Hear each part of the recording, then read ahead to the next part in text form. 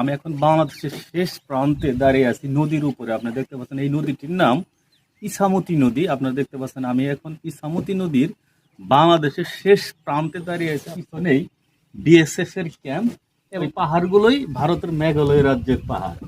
আর এখানে যে পাথরগুলো আপনারা দেখতে পাচ্ছেন এই পাথরগুলো মেনলি ভারতের এই মেঘালয় রাজ্যের পাহাড়গুলো থেকে এগুলো ইম্পোর্ট করা হয়েছে আপনারা দেখতে পাচ্ছেন। এবং ইছামতি বাজারের এই অংশ থেকে আমাদের বাংলাদেশের বিভিন্ন অংশে এই পাথরগুলো চলে যায়। আপনি দেখতে পাচ্ছেন দূরে একটি গাড়ি দেখতে পাচ্ছেন এবং রাস্তা, এই রাস্তা দিয়ে পাথরগুলো এই অংশে নেমে আসে আপনারা দেখতে পাচ্ছেন। এবং এই অংশে ইছামতি নদীর এই অংশে আসার পরেই আমাদের বাংলাদেশের সীমানা যখন শুরু হয় তখন এই ইছামতি নদী দিয়েই বিভিন্ন অংশে চলে যায়। আপনি দেখতে পাচ্ছেন আমরা এখন ইছামতি নদীর বাংলাদেশের শেষ অংশে দাঁড়িয়ে আছি।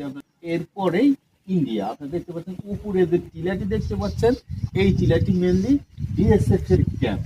আপনারা দেখতে পাচ্ছেন